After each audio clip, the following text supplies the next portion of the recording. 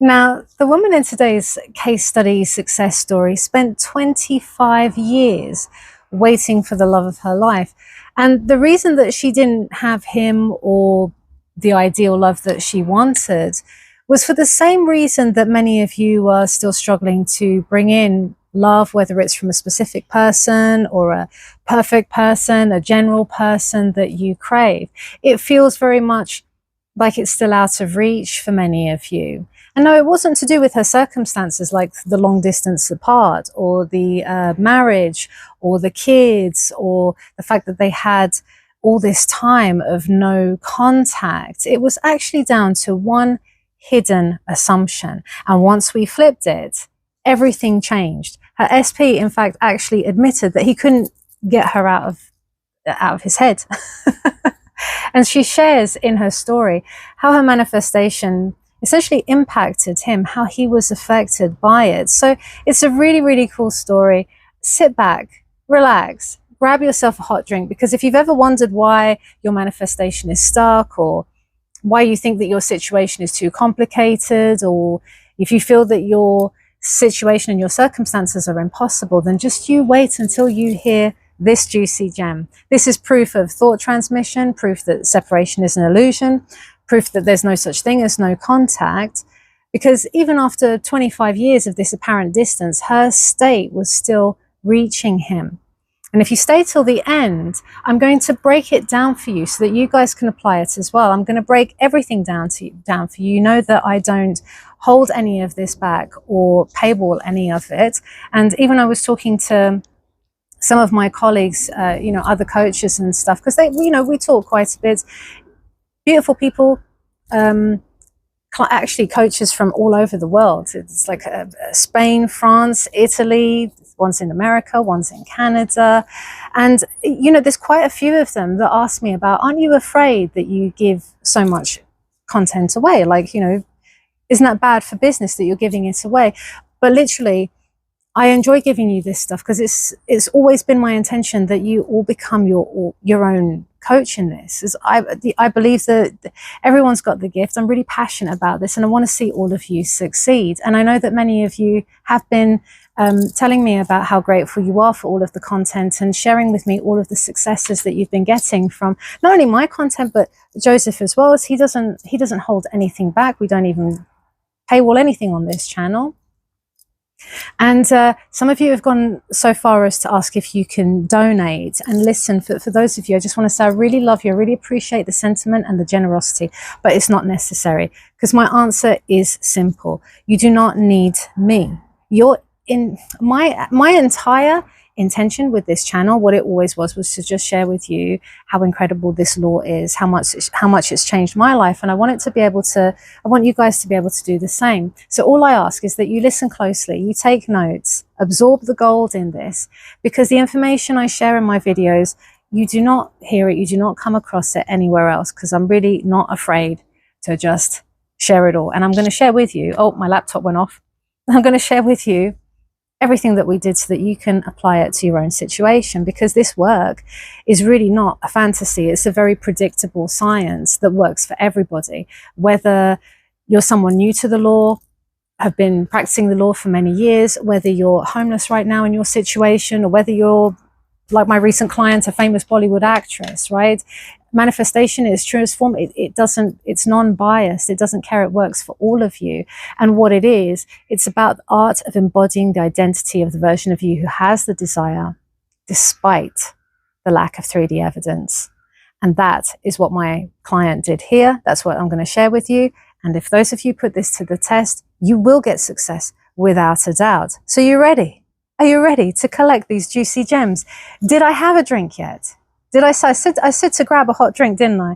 Do you know how many times I had to record this? Because the last time I recorded it, it didn't record. It didn't record. Now the sun has been slowly setting as I've been trying to do this video, and now it's like burning my face. So cheers. Here's to health, wealth, happiness, success, love for all of us in the community. Hope you like my kitty cat mug as well. Have a drink.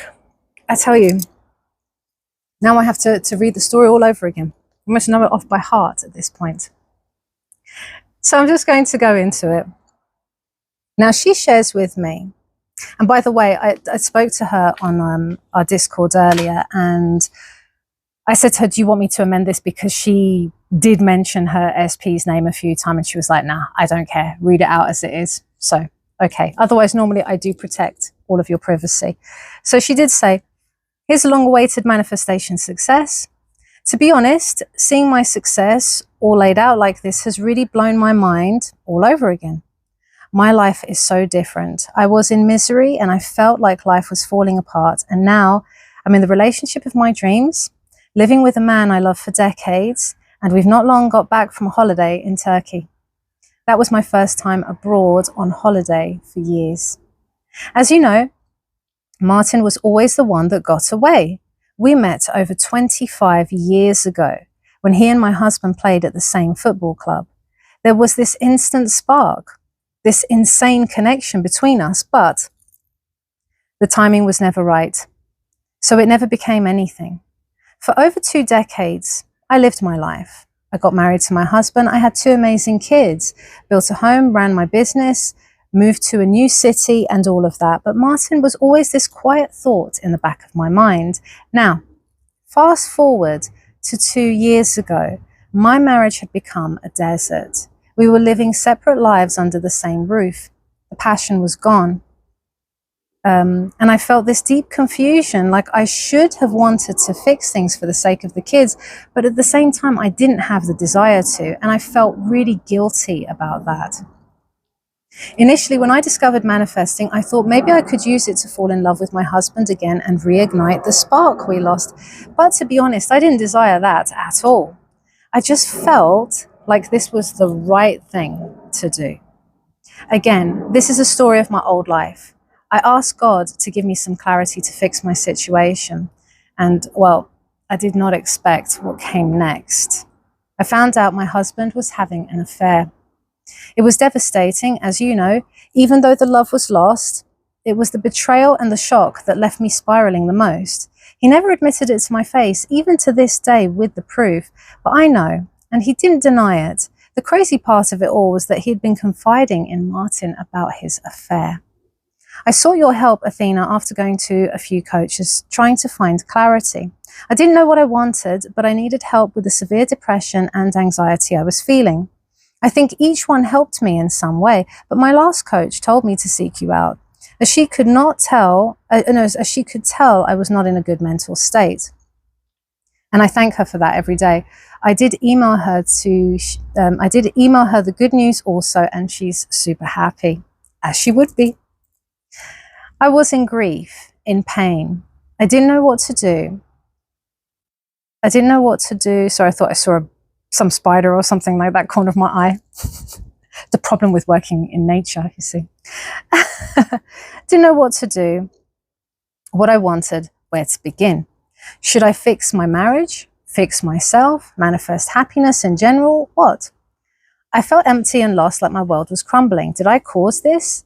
I thought, how did I manifest this horror into my life when I've always been a good person and I love my family and my kids and even myself? You picked up on my worst beliefs about myself, Athena, putting other people's needs before mine, doing things to make others happy. I did this with my husband, and I realized I settled for him because he loved me so much I thought I would be safe. I thought love, like the movies, didn't exist. I thought you get what you get, and marriage was more about function than connection. I realized my story about love was all wrong. It was no wonder I was never truly happy in any of my relationships in my life. The exercise we did, where you worked with me to break down this pattern with all the questions, just took my breath away. I realized I was suppressing what I wanted from guilt and fear and shame. The truth is, I wanted my SP, but I thought it was impossible, and I was afraid of the judgment. Beanie's just come back from his walk. And I was afraid of the judgment. During our work together, as you know, I got this sudden impulsive urge to contact my SP. My primary reason was to get confirmation about the affair, because my husband was lying and continuing to disrespect my intelligence about it. So I thought, right, I need answers, as this is not healthy for us or the kids. So the next bit is the bit that's insane. This part proves that this stuff is real.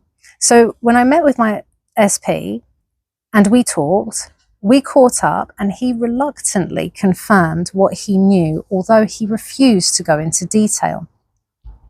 He told me that he was now single, and the chemistry between us was still strong.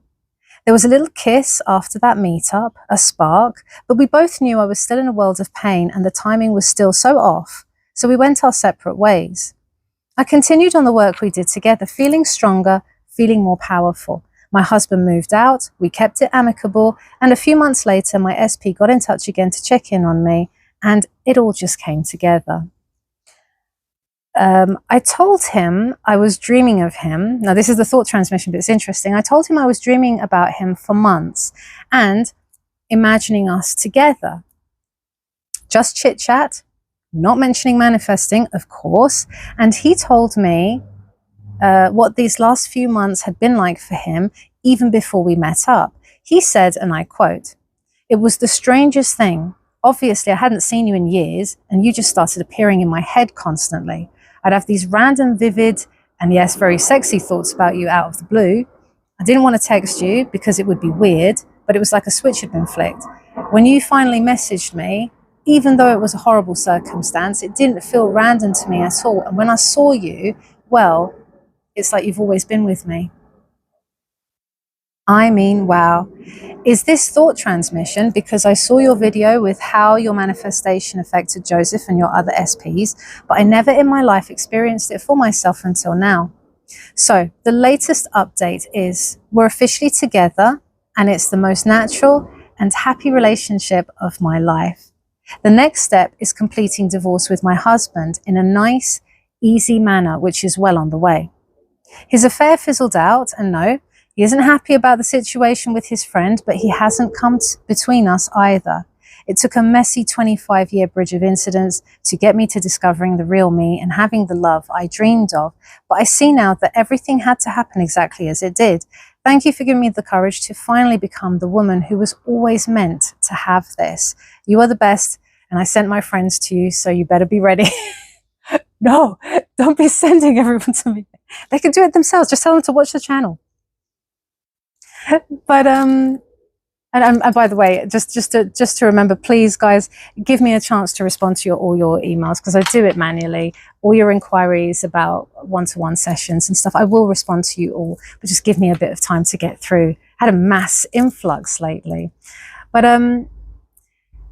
based on everything that she said, there was one assumption that cracked all of this open, and I'm going to get to that in just a moment. But what I'm going to take you through first are these sort of shadow assumptions that might be, for many of you, less hidden. You might be able, or you will be able to, I would say, extract these shadow assumptions first, and then maybe you'd find the main core assumptions that seem to group it all together. So that one assumption that kept her waiting 25 years, that one assumption created all of these little assumptions. They were all birthed from that. So for example, and as you know, I analyze everyone's language. I write down like 90% of what my clients say during sessions. You guys know I'm typing away like a madwoman because I analyze everything. It's really valuable. When she had said, like even in her email, she had said as well, because this was a big one, that she chose what she thought was safe. Being with her husband was the safe path, right? That's what she thought, because he loved her more, you know, than she felt for him. You know, friends and family and everyone were telling her, yeah, he's a great catch and stuff. It's the right thing to do. They all approved of it, pretty much arranged it. And so she went along with it. But what was the hidden assumption there?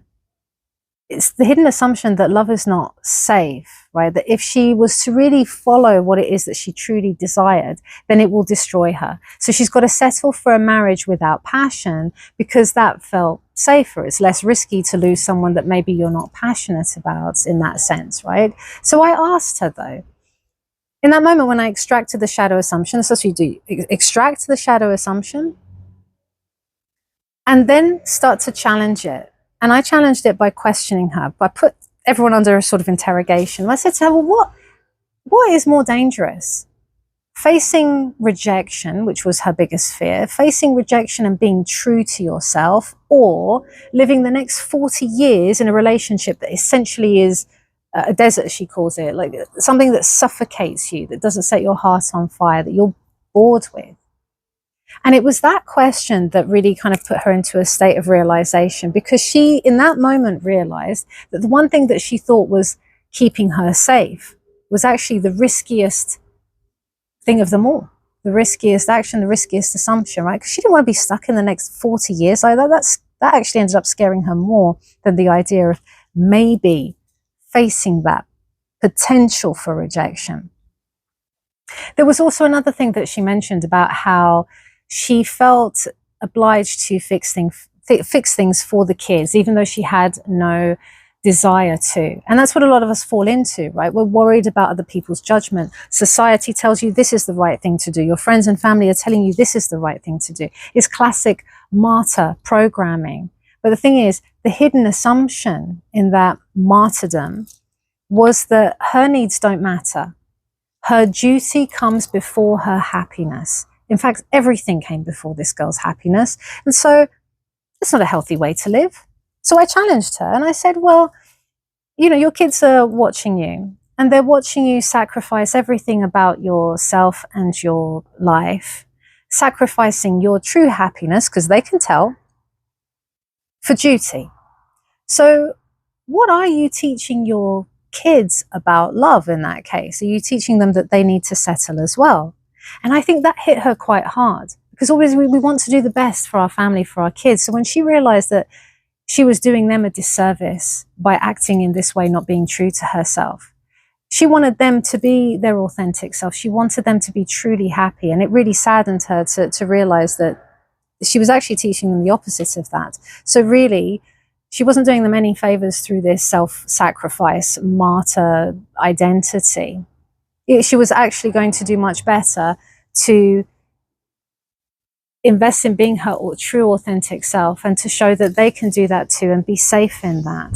So do you see like how I work here is quite different. It's going into those deep subconscious programs that a lot of, and my colleagues, you know, agree as well, because they work more on the surface level. They'll give techniques, and a lot of surface level coaching, as they admit, will miss some of these deeper programs that are going on.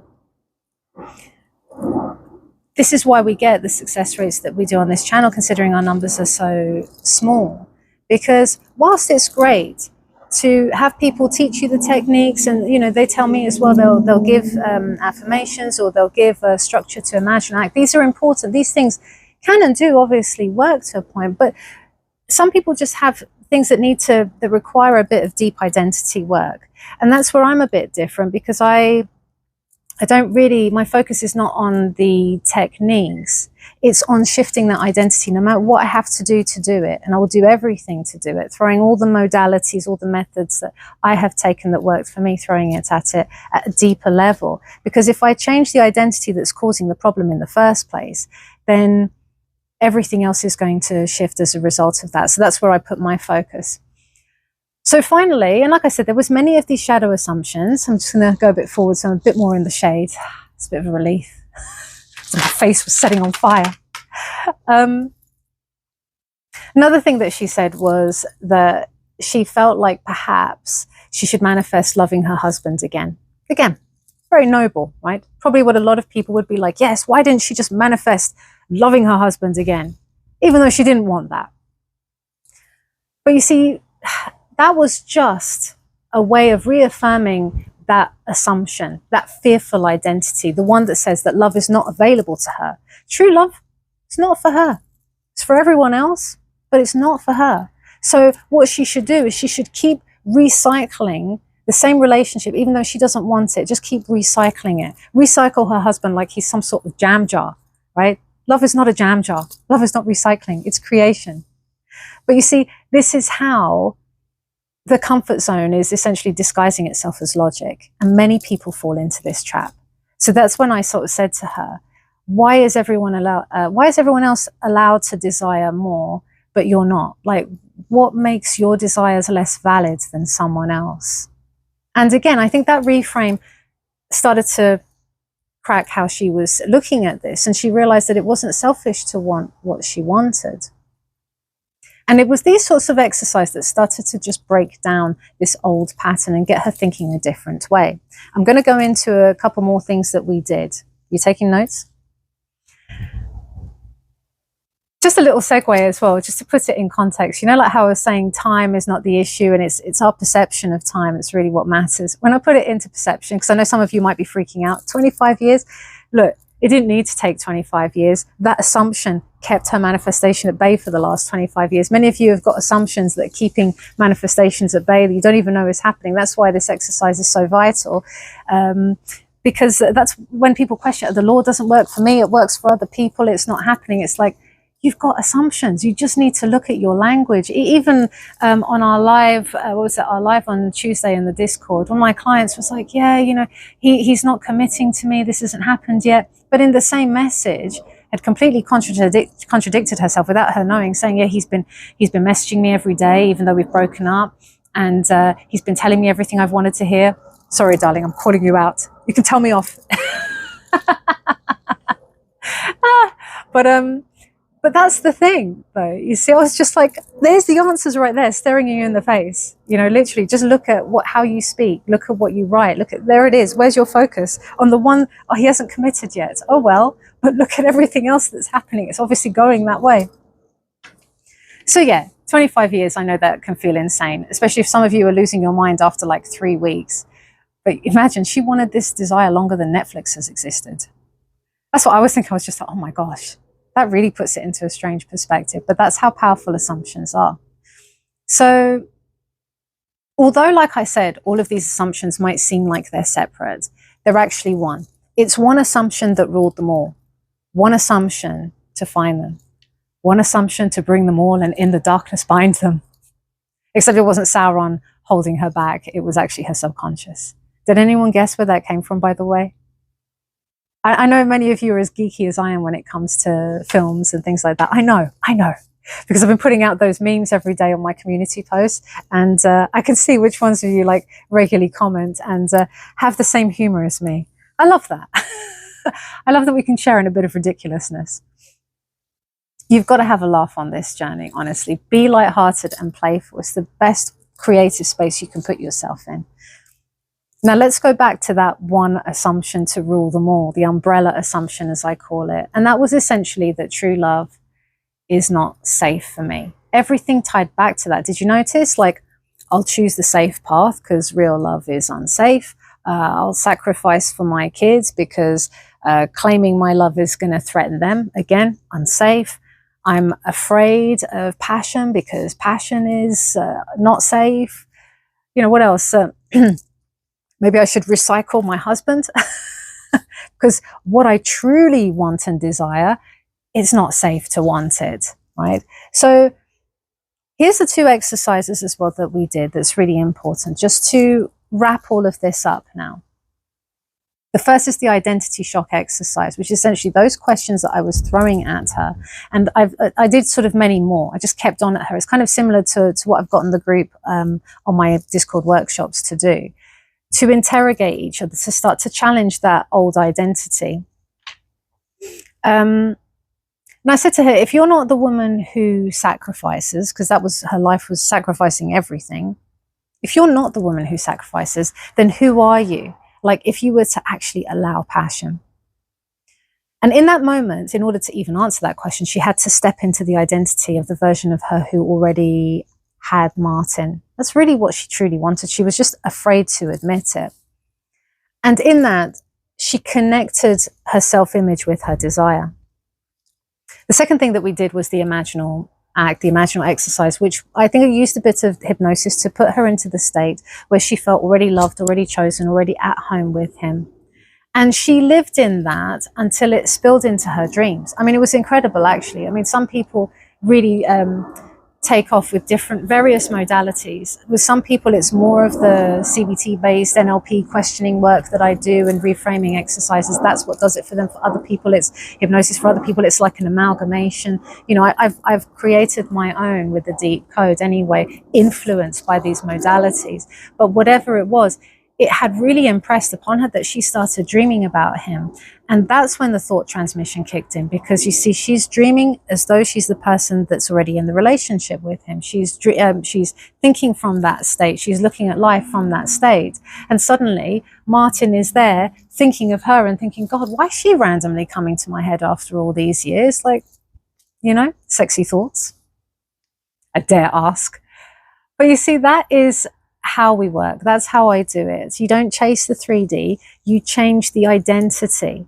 And then the whole world, even after 25 years of separation, the whole world and everyone in it is going to bend to your will, is going to play their part. So I want you guys to treat this information, treat all of my videos, and that some of you have been, I know you've been watching them numerous times, treat it like a university, right? Extract, take notes, extract the information. But most importantly, I want you to apply it, because that's how you're going to get results.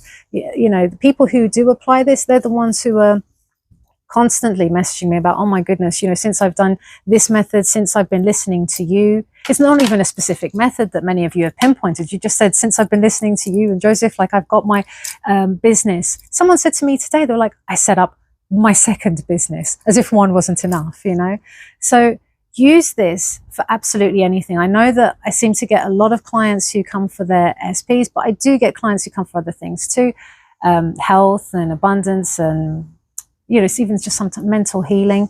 But literally, all of you have wonderful, valid successes. Revel in how amazing you are. I really hope that you found this helpful. I love you guys. Thank you so much for watching and being here.